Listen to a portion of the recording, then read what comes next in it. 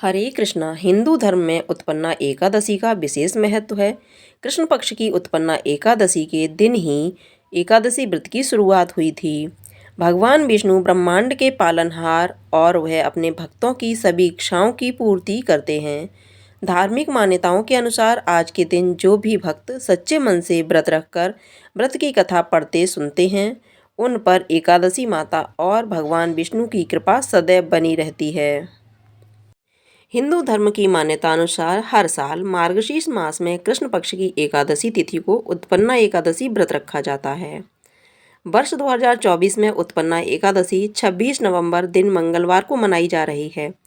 इस व्रत के लिए मार्गशीर्ष कृष्ण दशमी के तिथि से ही इस व्रत की तैयारी की जाती है।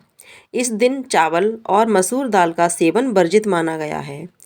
इस दिन निष्ठापूर्वक भगवान श्री विष्णु की पूजा करने तथा व्रत उपवास रखने से अनंत गुना फल प्राप्त होता है। तो आज की इस वीडियो में आप सुनेंगे उत्पन्ना एकादशी की संपूर्ण व्रत कथा और तुलसी माता की कथा के साथ आरती भी, क्योंकि भगवान विष्णु को तुलसी जी अत्यंत प्रिय हैं। जो भक्त भगवान विष्णु के साथ ही आज के दिन तुलसी जी की पूजा करके तुलसी जी के पौधे में दीपदान करते हैं, उन्हें कभी भी आर्थिक समस्याओं का सामना नहीं करना पड़ता। तो आज की इस वीडियो में आप सुनेंगे उत्पन्ना एकादशी की कथा और तुलसी माता की कथा के साथ आरती भी।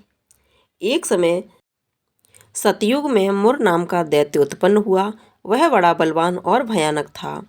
उस प्रचंड दैत्य ने इंद्र, आदित्य, वायु, अग्नि आदि सभी देवताओं को पराजित करके भगा दिया। तब इंद्र सहित सभी देवताओं ने भयभीत होकर भगवान शिव से सारा वृत्तांत कहा और बोले, हे कैलाशपति, मुर दैत्य से भयभीत होकर सब देवता मृत्युलोक में फिर रहे हैं।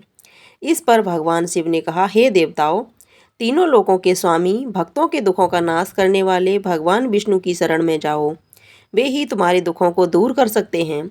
शिवजी के मुख से ऐसे वचन सुनकर भी सभी देवता क्षीर सागर में पहुँचे और वहाँ भगवान को शयन करते देख हाथ जोड़कर उनकी स्तुति करने लगे। हे देवताओं द्वारा स्तुति करने योग्य प्रभु, आपको बारंबार नमस्कार है। देवताओं की रक्षा करने वाले मधुसूदन, आपको नमस्कार है। आप हमारी रक्षा करें। दैत्यों से भयभीत होकर हम सब आपकी शरण में आए हैं। आप इस संसार के कर्ता, माता पिता, उत्पत्ति और पालन करता और संहार करता हैं। सबको शांति प्रदान करने वाले हैं। आकाश और पाताल भी आप ही हैं। सबके पितामह ब्रह्मा, सूर्य, चंद्र, अग्नि, सामग्री, होम, आहुति, मंत्र, तंत्र, जप, यजमान, यज्ञ, कर्म, कर्ता, भोक्ता भी आप ही हैं। आप सर्वव्यापक हैं। आपके सिवा तीनों लोकों में चर तथा अचर कुछ भी नहीं है। हे भगवान, दैत्यों ने हमको जीतकर स्वर्ग से भ्रष्ट कर दिया है और हम सब देवता इधर उधर भागे भागे फिर रहे हैं। आप उन दैत्यों से हम सबकी रक्षा करें। इंद्र के ऐसे वचन सुनकर भगवान विष्णु कहने लगे कि हे इंद्र, ऐसा मायावी दैत्य कौन है जिसने सब देवताओं को जीत लिया है? उसका नाम क्या है? उसमें कितना बल है और किसके आश्रय में है तथा उसका स्थान कहाँ है? यह सब मुझसे कहो। भगवान के ऐसे वचन सुनकर इंद्र बोले, भगवान, प्राचीन समय में एक नाड़ीजंग नामक राक्षस था। उसके महापराक्रमी और लोक विख्यात मुर नामक का एक पुत्र हुआ। उसकी चंद्रावती नाम की नगरी है। उसी ने सब देवताओं को स्वर्ग से निकालकर वहां अपना अधिकार जमा लिया है। उसने इंद्र, अग्नि, वरुण, यम, वायु, ईश, चंद्रमा आदि सबके स्थान पर अधिकार कर लिया है। सूर्य बनकर स्वयं ही प्रकाश करता है, स्वयं ही मेघ बन बैठा है और सबसे अजय है। हे असुर निकंदन, उस दुष्ट को मारकर देवताओं को अजय बनाइए। यह वचन सुनकर भगवान ने कहा, हे देवताओं, मैं शीघ्र ही उसका संहार करूंगा। तुम चंद्रावती नगरी जाओ। इस प्रकार कहकर भगवान सहित सभी देवताओं ने चंद्रावती नगरी की ओर प्रस्थान किया।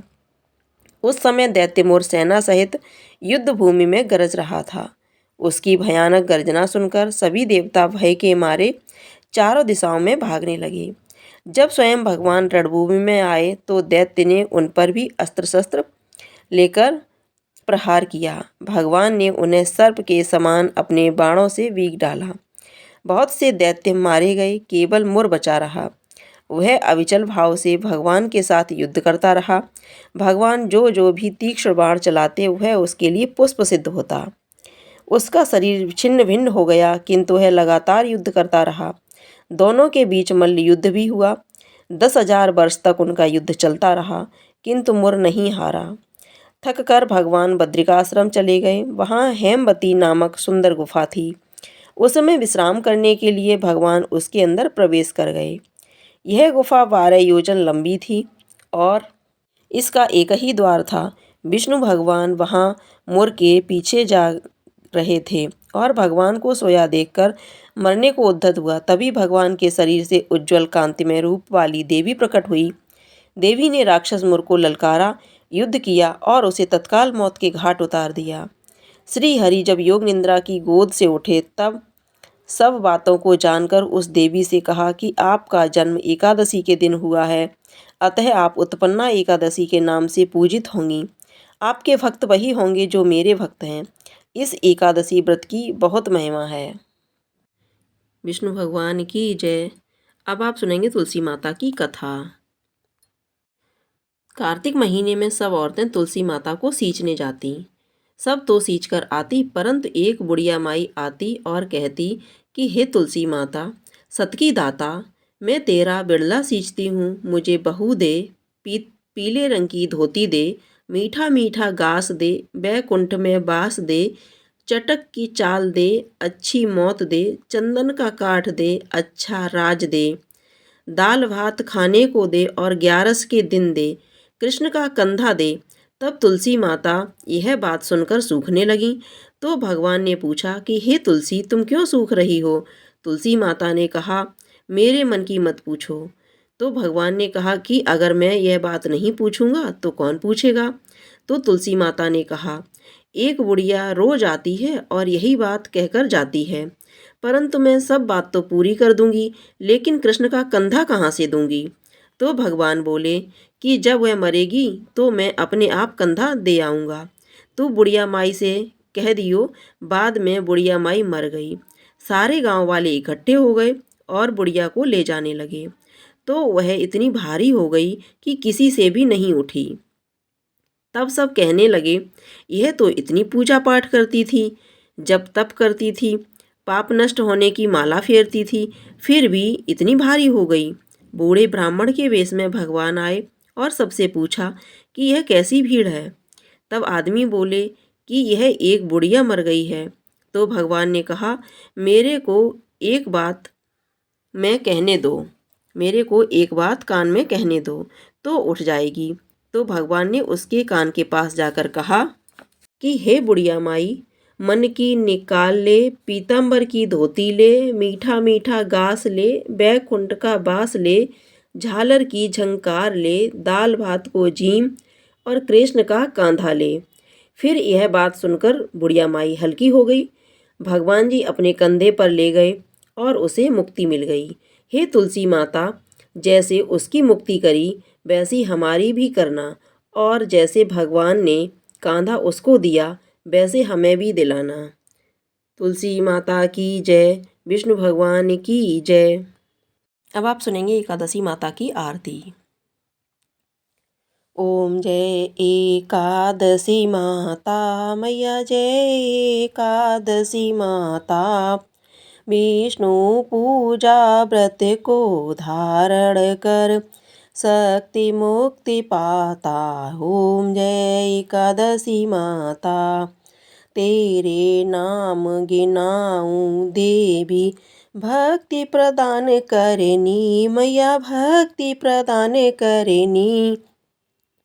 गुण गौरव की देनी माता, शास्त्रों में बरनी। ओम जय एकादशी माता। मार्गशीर्ष के कृष्ण पक्ष की उत्पन्ना, विश्वतारिणी जनमी मैया, विश्वतारिणी जनमी। शुक्ल पक्ष में हुई मोक्षदा, मुक्तिदाता बन आई। ओम जय एकादशी माता। पौष के कृष्ण पक्ष की सफला नामक है, शुक्ल पक्ष में होए पुत्रदा आनंद अधिक रहे। ओम जय एकादशी माता। नाम सट तिला मास में कृष्ण पक्ष आवे। शुक्ल पक्ष में जया कहावे। विजय सदा पावे। ओम जय एकादशी माता।